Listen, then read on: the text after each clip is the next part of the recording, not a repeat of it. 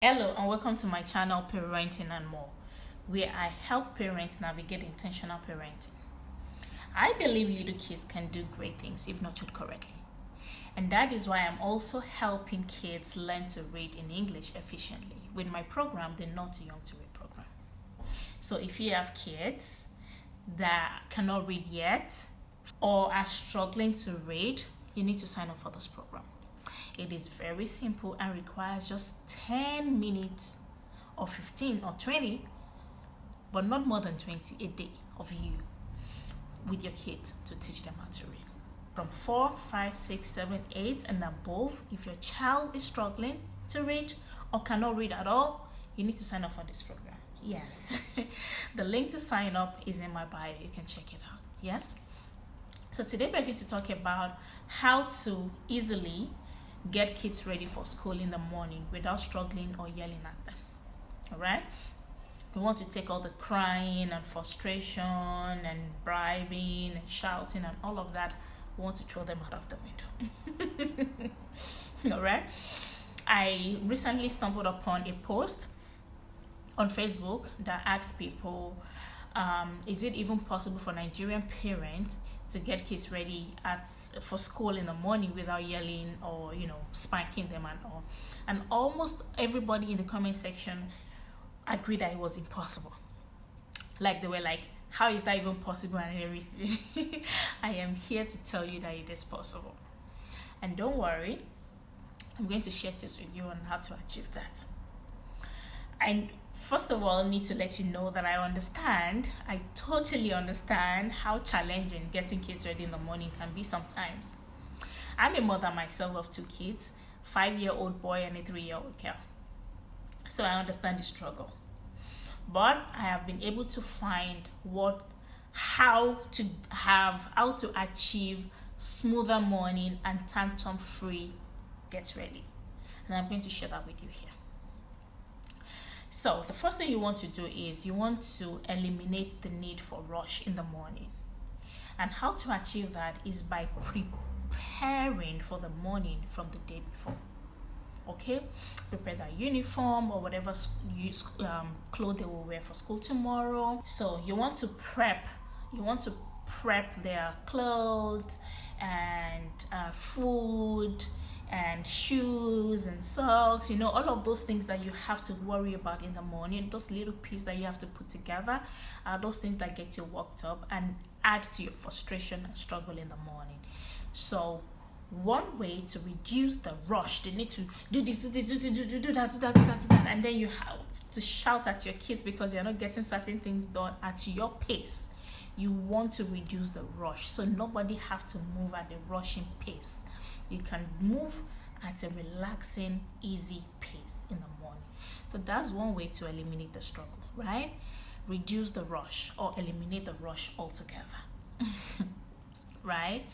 Good. So one way to do that is to prep whatever that is preppable the night before. So you want to give them lunch to school, say fruits and snack and all of that. The things that do not need to be hot or whatever, you can already put them in the lunchbox, right? In their bag, in the school bag, like water. Okay, you can put it in the water bottle and keep it in the fridge. So you just grab it in the fridge into the bag in the morning. Their food, like if you want to give them pasta or rice or whatever, you pre-cook it, yes, and then put it in the fridge. So in the morning you could just warm it up. If in their school they have a chance to warm up food for them, in my children's school they warm up food for them, so I would already pack it in their lunch bag and keep in the fridge. So in the morning I grab it from the fridge into their box, into their bag, and off they go. So they warm it for them in school. But if your child's school do not have that option, of course you want to still just grab it out and warm it up for them to pack into the lunchbox, into the warmer.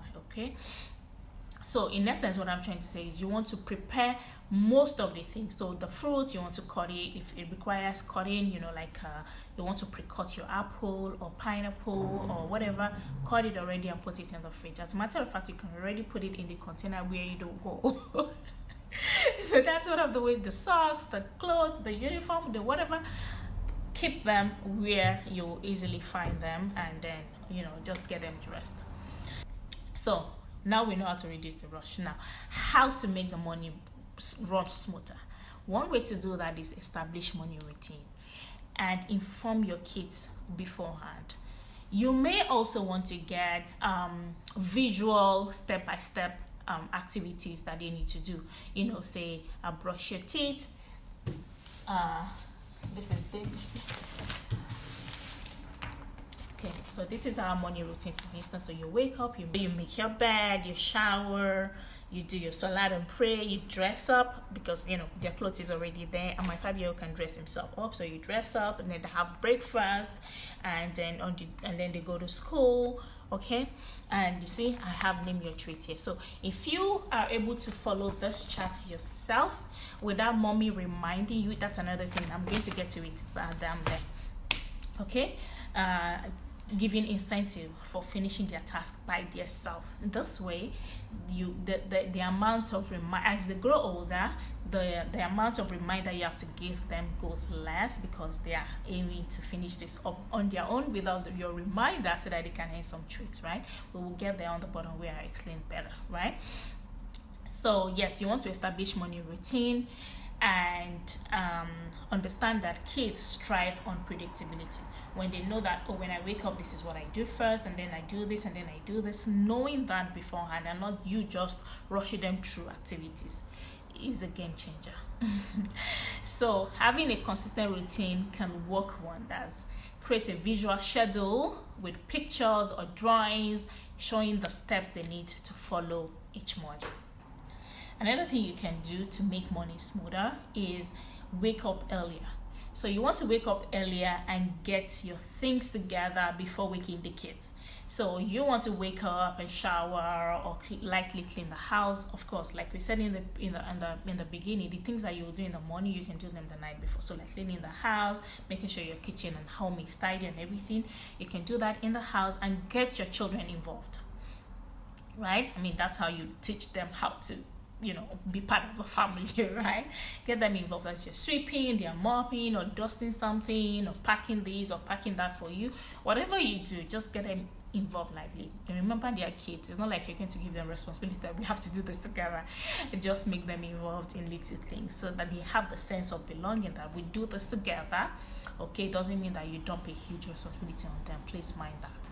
Okay, so you wake up earlier. If there are other things that has to be done in the morning that could not be done the night before, like warm their food, and then putting the things that you have packed, putting those things in the bag and all of that.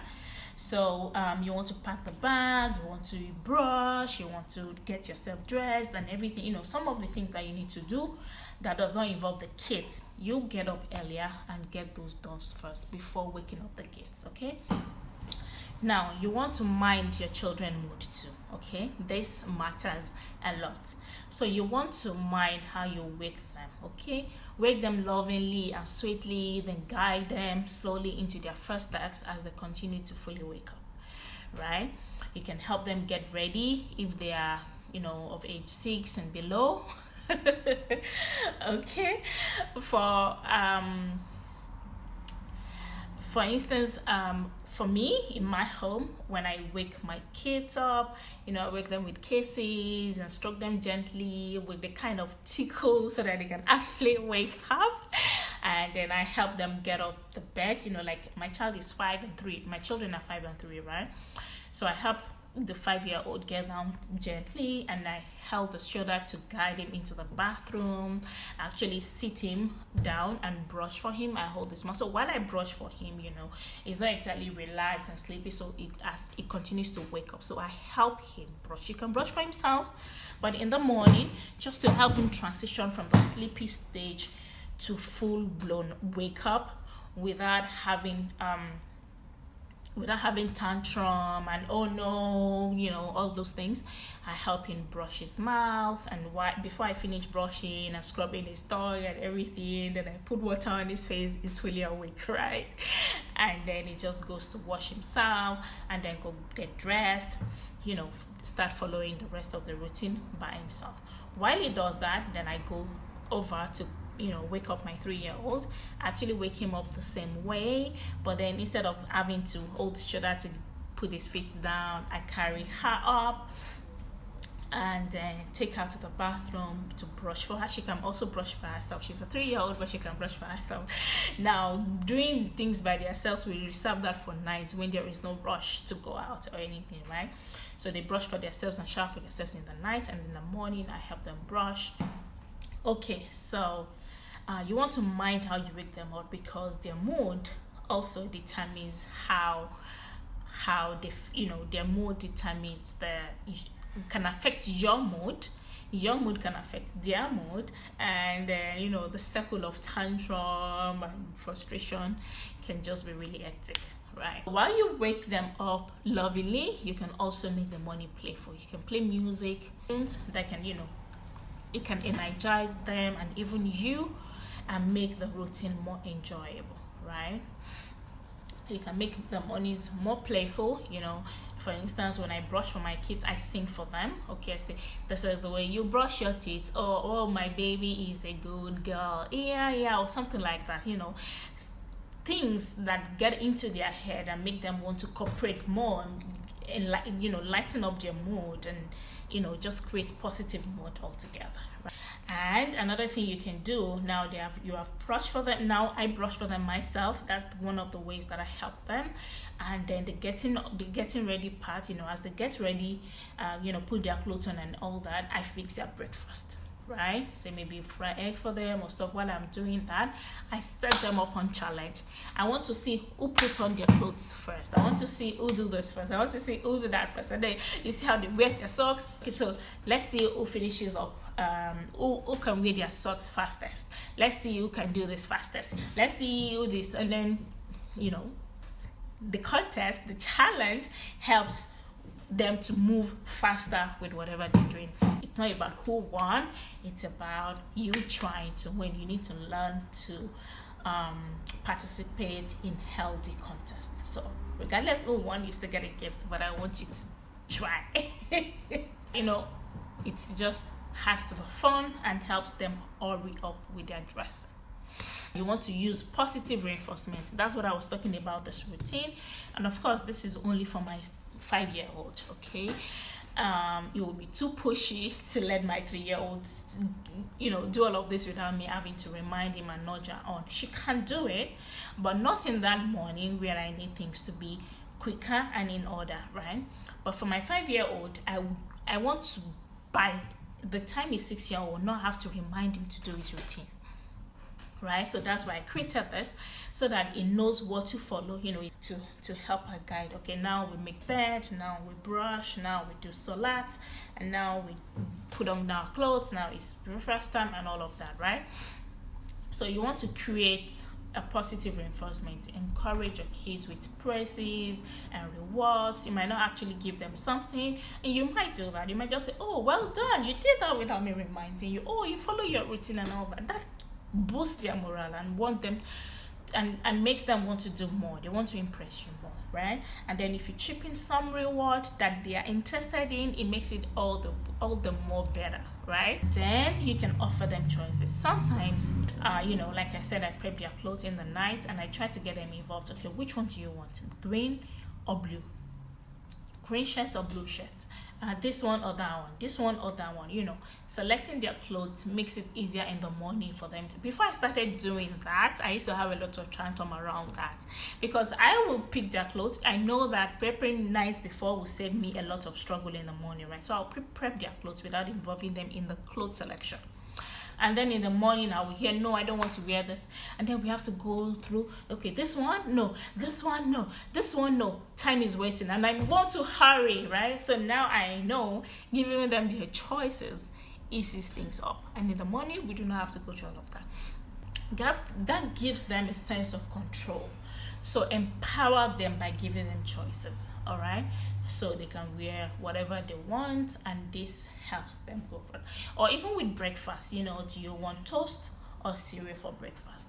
Do you want egg, or do you want fried egg or boiled egg, for instance? You give them simple choices that whichever of the choices they choose, you're okay with. It still gets your job done. You want to give them protein, give them choices of protein, not choice of protein and carbohydrate, and then they choose carbohydrate and you feel like, oh no, but I want to give them protein. No, you give them 2 choices of protein. So whatever choice they choose, you're okay with. You want to give them carbohydrates, you give them 2 choices of carbohydrates. So whichever one they choose, you're okay with. You get the point, right? You want to try to wear a dress. You don't give her choice of dress and shirt, and then she will choose shirt, and you think, oh no, it's dress that I wanted you to. No, you give her 2 choices of dress, or even 3 or 4 of dresses. So whichever one she chose, you're okay with it because you want her to wear a dress, right? You get the point. So that's how to offer choices to control and eliminate tantrum for morning runs, right? And remember, patience is key. It may take some time for your kids to adjust to the new routine, okay? But with consistency and a positive attitude, you will all get into the swing of things, okay? Good luck. Now, what you can do in that case, okay, if your kids are older, is you may give them choice of staying back at home. Now, be careful with your tone of voice and action, so that it doesn't seem spiteful when you're doing this. Because if it seems spiteful, like, you're not going to school today, you're going to stay in the house and do this and do that, there might be a problem there. They will think, oh, you're just angry, and then it becomes a punishment rather than encouragement to do the right thing, right? It becomes punishment. And when they perceive it as punishment, there could be a power struggle. Like, all of those chores you ask them to do, the study you ask them to do, they can decide not to do it just to prove to you that they have some power of their own, right? So you want to avoid the power struggle. You want to make your tone very, very nice and neutral, okay? You want to pay attention to it. So you say something like, oh, you're late now, and we can no longer wait for you because we don't want to be late either. So we're going to have to leave you in the house today, right? So you be a darling while you are in the house. You do this and you do this and you do that. Oh, and you're going to be missing studies in school, so do the study and do the study and do the study. When I come home, I'm going to check it out. You say something like that. So it doesn't seem like you're trying to punish them for being late, okay? Because the aim is not to punish them, it's to teach them that if you don't go to school, you stay at home. And if you stay at home, you have to be useful, right? That's what we want to teach them. You have to be useful, and you cannot escape the studying, because studying is really important, right? So you take care of your own emotion. If you're angry that they're late and they're not going to school, take care of that. Don't show that you're angry. Yes, take care of your emotion and don't punish them for being late. Just teach them the lesson that next time they will not want to be late. Right? And that is for all the kids I'm talking about. You cannot leave young children in the house by themselves, right? So you have to follow the steps that I've said in the beginning to help, younger children to get ready. Help them. You're struggling with your shoe, and that is going to take so long. But because you think, oh, your 5-year-old or your 6-year-old can put on their own shoe by themselves, you keep shouting, you have not put on your shoes. Oh, your one shoe yet. Where is your second shoe? Where is it? You this boy. You will not keep your things in one place. No. That should not happen. You should have figured all of that at night before, without shouting too, right? So you help them. Oh, I see you're struggling with your shoe. Let me help you there. Help. Be willing to help. Be patient. We cannot overemphasize on the power of patience when it comes to kids, right? So you have to be ready to be patient. You have to prep night before, and you have to be willing to help. You have to be loving, kind, and caring towards them, and lower your expectation. They're children. Yes, they can do these things by themselves because you have been a dear mommy. You have been a kind daddy. You have taught them how to do it. But in the morning when you are in a rush, please help them out. So that's it. Follow the steps and send comments and leave comments for me in the comment section so that I know how it works out for you. This is working out for me and my loved ones that I've shared it with, and I know it's going to work out for you. Leave comments in the comment section for me when you try it out and how it works for you. Now bear in mind that when you do that just one time or even 2 times, it might not work exactly perfectly, okay? Because your children will need some time to adjust to the new routine and get used to how things are done. and you don't just want to dump it on them, you want to have a conversation around it. My darling, come. I have noticed that we have been getting late a lot these days. So this is what I think. We're going to be prepping the night before so that the things we have to do in the morning are going to be reduced, right? So you help me prep this, you put your shoes here, get your socks here, choose the clothes you want, put it here, and all of that, go brush your mouth, it's time to go to bed, let's shower now, and all of that. So in the morning, we just wash up and we can go, and all of that. Mind you, if they brush in the night, does not mean that they should not brush in the morning. So I hope this helps you.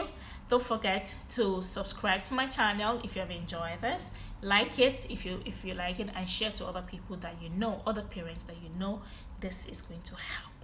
All right, I'll see you again later. Don't forget to subscribe to the reading program. All right, if you have children 4, 5, 6 and above that cannot read yet or are struggling to read, you need this course.